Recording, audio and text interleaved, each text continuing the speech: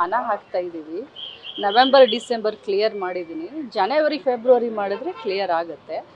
ಒಂದು 10 ದಿನ 15 ದಿನ ಹೆಚ್ಚು ಕಡಿಮೆ ಆಗ್ಬೋದೆ. ಆದರೆ ನೀವು ಮಹಾರಾಷ್ಟ್ರದ್ದು ನೋಡಿ, ಮಹಾರಾಷ್ಟ್ರದ್ದು ಕೇಳಿ. ಲಾಡ್ಲಿ ಬಹನ ಅಂತ ಹೇಳಿ ಇಲೆಕ್ಷನ್ಕಿಂತ ಮುಂಚೆ 2 ತಿಂಗಳ ದುಡ್ಡನ್ನು ಹಾಕಿದ್ರು. ತಮಗೆಲ್ಲರಿಗೂ ಗೊತ್ತಿದೆ. ಲಾಡ್ಲಿ ಬಹನ ಯೋಜನೆಯಿಂದ ಗೆದ್ದೂ ಬಂದರು.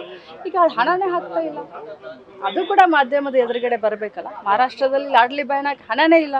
ಇಲ್ಲಿ BJP ಅವರು ದೊಡ್ಡದಾಗಿ ಕ್ವಶನ್ ಕೇಳ್ತಾರೆ, 6 ತಿಂಗಳಿಂದ ಹಾಕಿಲ್ಲ, ಅಷ್ಟು ದಿನದಿಂದ ಹಾಕಿಲ್ಲ ಅಂತ. ಕರೆಕ್ಟಾಗಿ ಕರ್ನಾಟಕ ರಾಜ್ಯದಲ್ಲಿ ಗೃಹಲಕ್ಷ್ಮಿ ಹಣ ಅವ್ರ ಮನೆಗೆ ತಲುಪ್ತಾ ಇದೆ. ಆದರೆ ಅದೇ ಮಹಾರಾಷ್ಟ್ರದಲ್ಲಿ ಇಲೆಕ್ಷನ್ಕಿನ್ನ ಮುಂಚೆ ಮಾಡಿದರು. ಇಲೆಕ್ಷನ್ ಆದಮೇಲೆ ಯೋಜನೆ ನಿಂತಿದೆ. ನೋಡಿ, ನಾನಂತರೂ ಭವಿಷ್ಯವನ್ನು ನುಡಿಯೋದಿಲ್ಲ. ಮಾನ್ಯ ಮುಖ್ಯಮಂತ್ರಿಗಳಿಗೆ ಅಭಿನಂದನೆ ಸಲ್ಲಿಸ್ತೀನಿ. 16 ದಾಖಲೆ ಬಜೆಟನ್ನು ಮಂಡಿಸ್ತಾ ಇದ್ದಾರೆ.